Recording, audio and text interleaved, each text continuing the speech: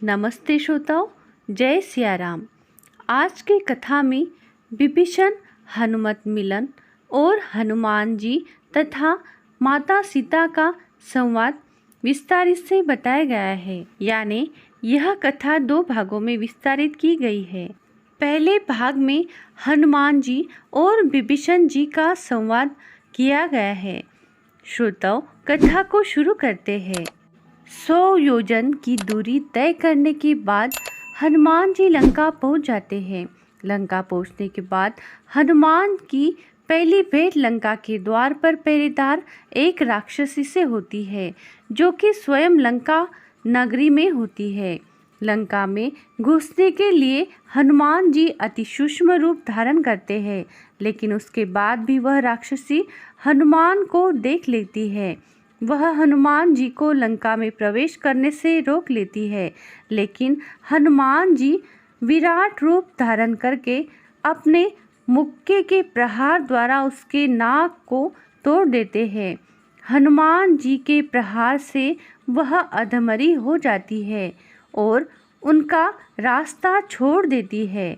हनुमान जी दोबारा सूक्ष्म रूप धारण कर नगर के फाटक के नीचे से लंका में प्रवेश कर जाते हैं और रात्रि के समय हवाई मार्ग से उड़ते हुए लंका के राजमहल में सीता माता की खोज करने लगते हैं।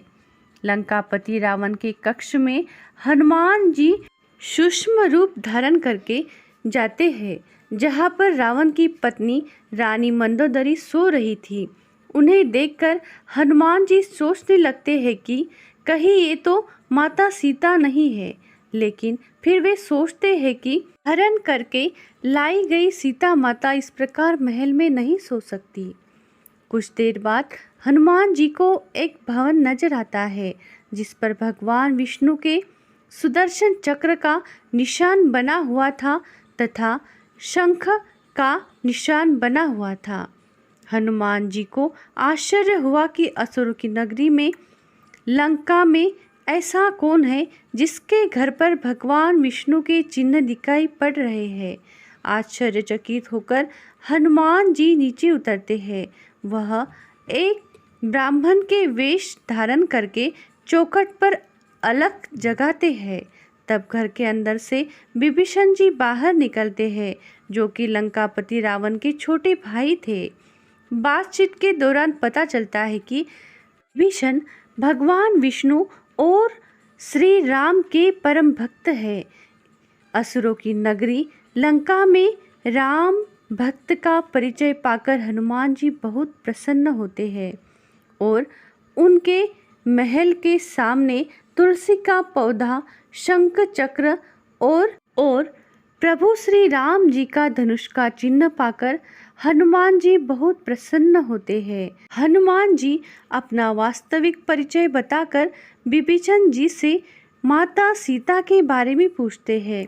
तब विभीषण हनुमान को बताते हैं कि माता सीता राजमहल में नहीं है, बल्कि लंकापति रावण की अति प्रिय बगिया अशोक वाटिका में है।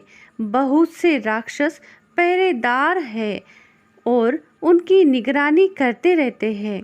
सीता माता का पता पाकर हनुमान जी निश्चय करते हैं कि वह रात्रि के समय सीता माता से भेंट करने के लिए जाएंगे।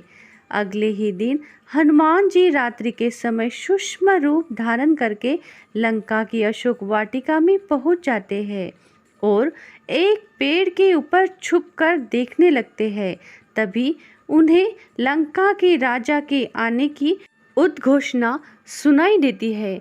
लंका का राजा रावण अशोक वाटिका में आता है और अशोक वाटिका के बीचों बीच एक पेड़ के नीचे साधारण वस्त्रों में बैठी एक स्त्री नजर आती है, जिसके पास जाकर लंका का राजा रावण विवाह का प्रस्ताव रखता है। रावण की बातों से हनुमान जी को यह ज्ञात हो जाता है कि वह स्त्री ही सीता माता है, जिससे रावण विवाह का प्रस्ताव स्वीकारने के लिए कह रहा है। हनुमान जी कुछ समय तक रावण के जाने की प्रतीक्षा करते हैं। तथा रावण के जाने के बाद हनुमान जी पेड़ पर बैठे बैठे ही श्री राम और सीता विवाह की कथा के रूप में गाने लगते हैं। लेकिन सीता जी को लगता है कि यह उनका कोई भ्रम है, इसलिए वह इस पर अधिक ध्यान नहीं देती। तब हनुमान जी श्री राम द्वारा निशानी के तौर पर दी गई मुद्रिका नीचे गिरा देते हैं, जिसे देखकर सीता जी को यह आभास होता है कि वाकई में कोई श्री राम का दूत उनका संदेशा लेकर आया है, क्योंकि यह वही मुद्रिका थी जो सीता जी ने स्वयं श्री राम को खेवट को देने के लिए दी थी। तब माता सीता जी पूछने लगते हैं कि कौन है जो उनके पति श्री राम का संदेशा लेकर आया है, कृपया करके मेरे सामने आइए। तब हनुमान जी पेड़ से कूदकर नीचे आते हैं तथा सीता माता को प्रणाम करके कहते हैं कि हे माता, मैं प्रभु श्री राम का दूत हूँ। अपने सामने एक छोटे आकार के वानर को देखकर सीता जी को यह लगता है कि यह रावण की कोई चाल है, क्योंकि अगर श्री राम का कोई दूत होता तो वह मनुष्य रूप में होता। हनुमान जी के वानर रूप में होने के कारण सीता माता को भ्रम हो रहा था। तब हनुमान जी श्री राम द्वारा दी गई मुद्रिका की बात उनको बताते हैं, जो कि केवल श्री राम और सीता जी को पता थी। हनुमान के इस कथन से सीता जी को हनुमान पर विश्वास हो जाता है कि वह वास्तव में ही श्री राम के कोई दूत है।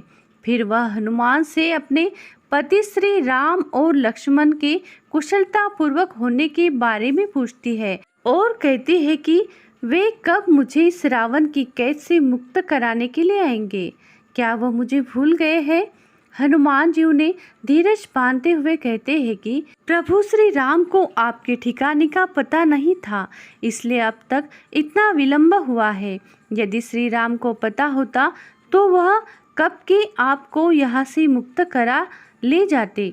तब हनुमान जी सीता माता को अपने साथ चलने के लिए कहते हैं, लेकिन देवी सीता अपने पत्नी धर्म के पालन हेतु पर पुरुष के साथ स्वेच्छा से जाने के लिए मना कर देती है। तब वह हनुमान को अपनी चूड़ामणि निशानी के तौर पर देती है और कहती है कि श्री राम ने मुझे यह विवाह के समय दी थी। हनुमान जी जाने से पहले सीता जी से यह अनुरोध करते हैं कि उन्हें बहुत भूख लगी है और अशोक वाटिका में बहुत फल लगे हैं, इसलिए यदि आपकी आज्ञा हो तो मैं यह फल खाकर अपनी भूख मिटा लूँ। तो सीता माता हनुमान जी को आज्ञा देती है और हनुमान जी वाटिका के फल तोड़ तोड़ कर खाने लगते हैं। और इसके आगे हनुमान जी अशोक वाटिका में किस प्रकार धूम मचाते हैं, यह विशेष भाग अगली कथा में सुनने को मिलेगा। श्रोताओं, आगे की कथा सुनने के लिए हमारे धन्वी वॉइस चैनल को लाइक करें, सब्सक्राइब करें, शेयर करें और बेल आइकन वाला बटन जरूर दबाएं ताकि अगला वीडियो आप तक पहुंच सके। श्रोताओं, कमेंट में जय सियाराम जरूर लिखें। कथा अंत तक सुनने के लिए आपका बहुत बहुत धन्यवाद। बोलो जय सियाराम।